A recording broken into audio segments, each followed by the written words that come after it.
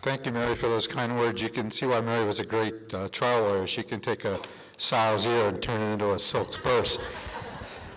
I want to thank CPDA for this honor.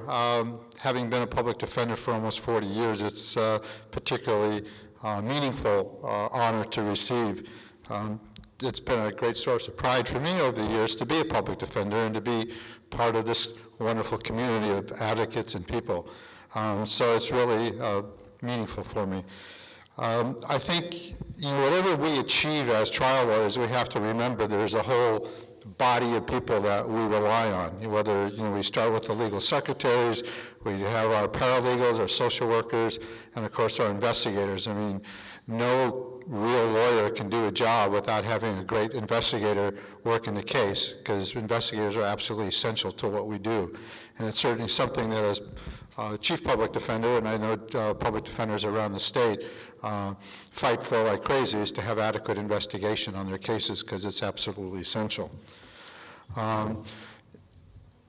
As a new public defender back in 1972, I had the honor, I didn't realize then at the time, that I had shared an office with a woman by the name of Rose Bird. I won't take credit for what she achieved after that, but it was, Rose was an extraordinary legal mind, but more so, she had a high standard of dedication and ethics about what we do, that is representing people and making sure that we provide only the finest possible representation quality for each and every client. And I tried to take those lessons from Rose and any of the other mentors that I had in Santa Clara over the years, and some of whom are here today, and I appreciate them being here. And I tried to apply that when I was in the trenches every day to every case and every client that I had. Tried many cases, many homicides, many non-homicides, many capital cases, but that's what we do, and that's what I love doing. It was, there's no better time than to be in trial on a serious case.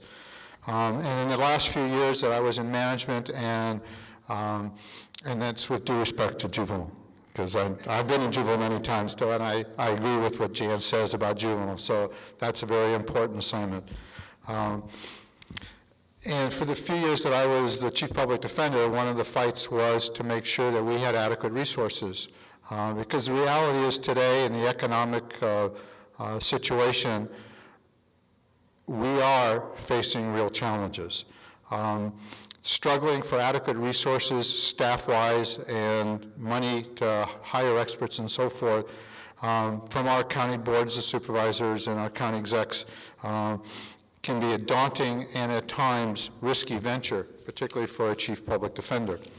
But we must continue to find ways to meet that challenge, and we must stand together to support each other in that endeavor. And that's one reason, among many, that an organization like CPDA is so important to the ongoing provision of services to the indigent in this state.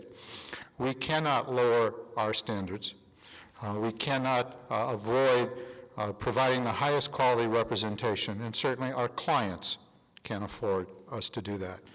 Even in the face of the political pressures to cut corners, to increase caseloads, and the infamous do more with less. I've never been able to figure out how you do more with less. What we do is simply too important. I'm presuming I'm not the only one in this room who has occasionally been asked the question, how do you defend those people? Anybody else ever get that question? Well, public defenders and our clients are not generally seen by the majority of the community as popular people. But defend them we must do. Because in defending them, we stand between the power of the state and the individual. Because in defending them, we are defending the core values of this country and the Constitution. Because in defending them, we are giving voice to those in our community who are voiceless.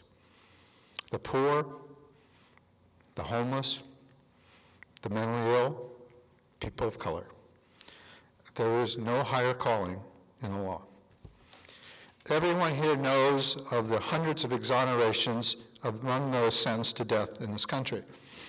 The conviction of innocent persons is not unique to just capital litigation.